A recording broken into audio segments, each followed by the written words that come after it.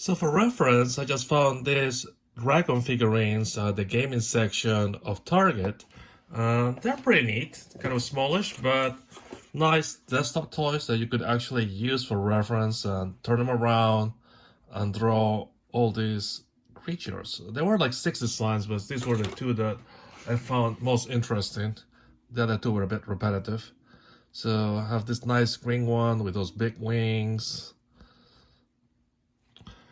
Last night before I went to bed, I did a few sketches. So we had a few baby dragons with the big head, big sparkly eyes.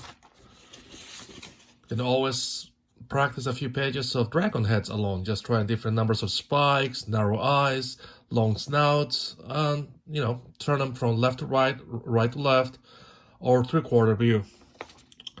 And then for the final one, I spent a little bit more time adding a bit more shading and texture and scales and such.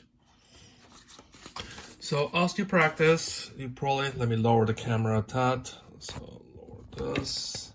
There we go.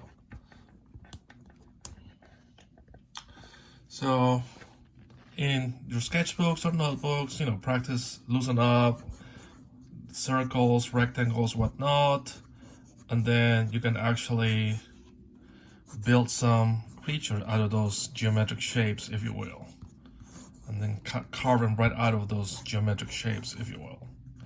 There goes this. With practice, you'll just be able to pick up your pencil and then do your basic dragon shape and then adjust it as you see fit. Usually dragons work a little bit better when we add some spikes or some other decorative elements to their necks and such, but the S shape always reliable for the necks or the main serpentine bodies of many dragons.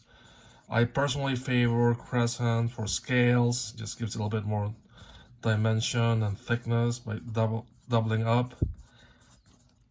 And then you could add the sparkly on the eye, the eyebrow, maybe some bridges on the nose, and a little dimple just to make him friendly.